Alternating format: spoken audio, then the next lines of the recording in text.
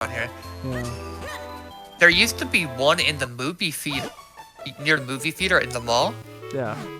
but the mall by me got shut down because it was such a crappy mall that a lot of people were like, I'm just gonna go to the one in Houston. Yeah. I'm just gonna go to the one in the Woodlands or whatever.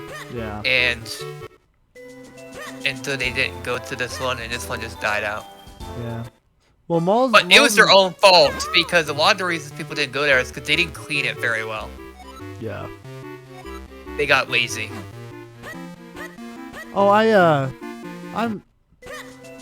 I don't want to call it out. I don't want to call it out for just being laziness. I mean, I worked at a job that went out of business, and it's a kind of a scary. It's kind of scary. So. Here's the thing: they did this for years, though. Malls are bigger, so it means that they're going to try to. Like nobody wants to go out of business, and basically, if you're losing money or potentially losing money, you're going to try to stave that off for as long as possible. So it happened slowly.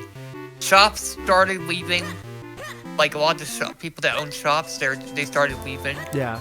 Because business was not working out. Yeah, it's because they weren't making money. The cleaning people, I guess, weren't as motivated because it was dirty. There's a general trend in America that malls are actually failing. Basically, in an area, like if you're going to do like a metropolis, you can have like one decent mall, maybe two, in a surrounding area of like 30 minutes. Maybe even 45 minutes, depending on. We had one. We had one. The other two were again in cities that were like 30, not even 30 minutes away. They were like an hour away. Yeah. So and even an hour away too, like that. It depends on the situation. It depends on how big the city is. It depends on, like, if you have a mall in a small city, but then you have a bigger mall in a bigger city, where more stuff is. The bigger mall is going to be. That's going to drive more traffic than a small mall in a small city. Because this mall, I don't live here, so I'm not doxing myself by saying this. Yeah. The mall that closed down was in Baytown.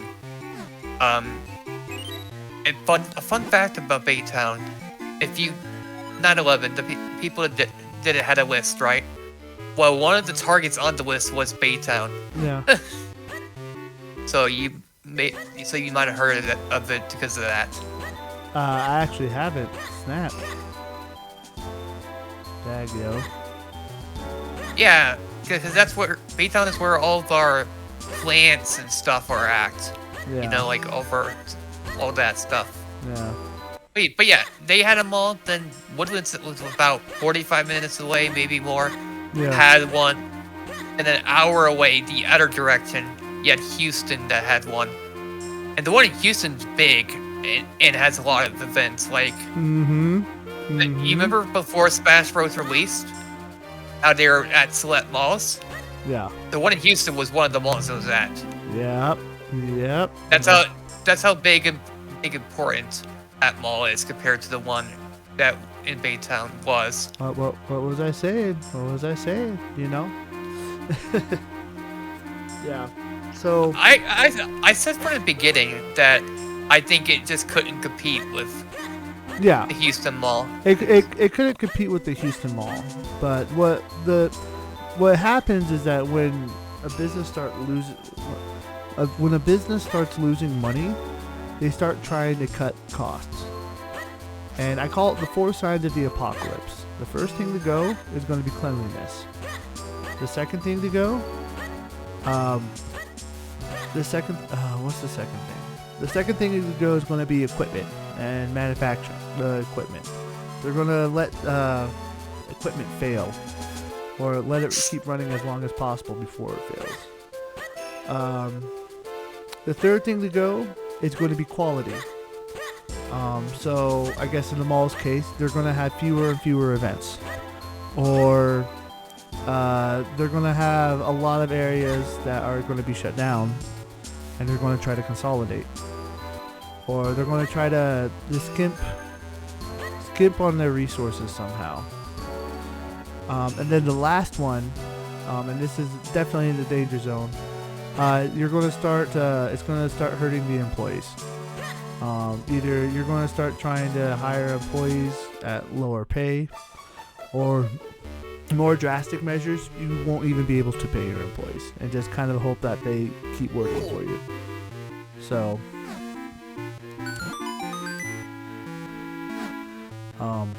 and the reason why I came up with all this is because I worked in a place that went out of business. So. You did? I did. It was a weird time, a very weird time. It got so bad, and it's not. I don't really blame the owner himself. I think he was. There's a concept of business called high risk, high reward. The more you're willing to risk your money, the more reward you're going to get for risking that money. He was opening 10 restaurants simultaneously. Why would you open 10 simultaneously when you're not ready?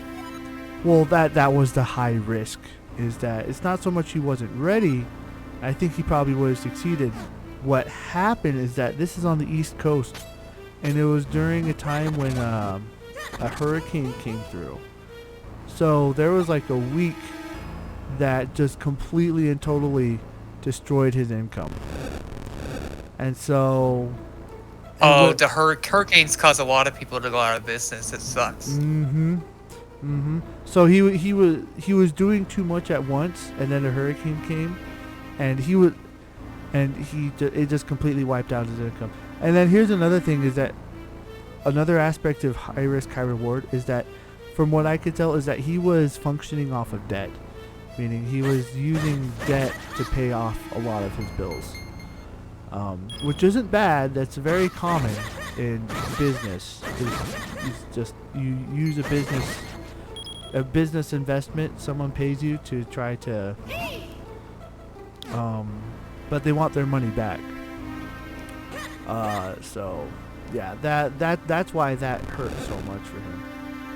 So like a loan. Like a loan. Yeah. So it got pretty bad. Like, it got so bad that I wasn't supposed to know this information, but one of the managers was a good buddy of mine. It got so bad that checks were bouncing. Like, people weren't able to get paid. And then not only that, apparently the police actually got involved, and they were starting to say, hey, they're starting to tell banks, hey, if you see checks with this name on it, the name of the owner, don't cash it, because they're bouncing. So the people who worked there weren't even making money, because, like, how are they going to get it? So it was getting pretty bad. The thing with this mall too was when I went to school, this is a long time ago, obviously, because that's like 8 years ago almost at this point. Yeah. When I was going to school, all the girls used to say, why would I go to the Baytown Mall when Baybrook Mall and or Houston Mall is just so much better? Yeah. And they used to say that a lot. Yeah. So the younger crowd did not want to go there. So the only people that were really going there were these older people that have been going there for however many years. Yeah. So they weren't getting any new business either. I just Yeah. remembered this. Yeah. No, and that also makes sense. Like, younger kids are going to go to where everything's happening. So yeah. So that's kind of the weird thing with malls, is that you can only, like, malls are very easily able to cannibalize each other. Like you only want one decent mall in an area. If you have two or three, like one of them is going to die. So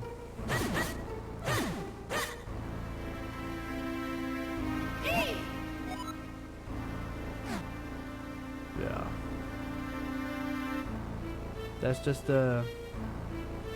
just what I can see from I guess from the experience that I've learned in the past.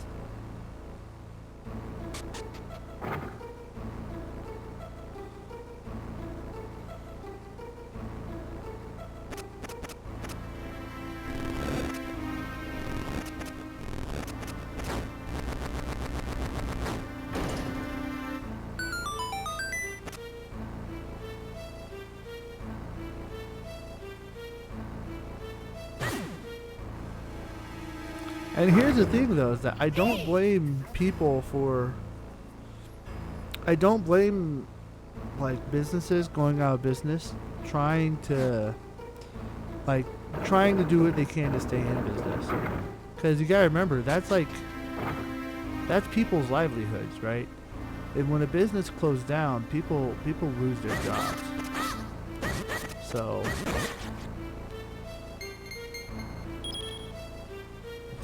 not a scary time.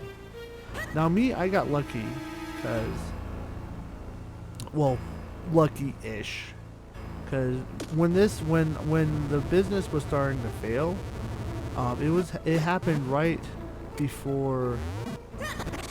I had worked like 70-hour weeks, 70 to 90-hour weeks. I did a month of 90-hour weeks, and that summer. And so I was able to save up a lot of money. I paid my rent 6 months in advance. So I didn't have a rent payment, basically. And so everyone else was struggling and freaking out. But me, because I did that, because I was a decent worker, because I paid my rent so far in advance, I wasn't stressed out like everyone else. So this was good on actually, you for being smart. yeah.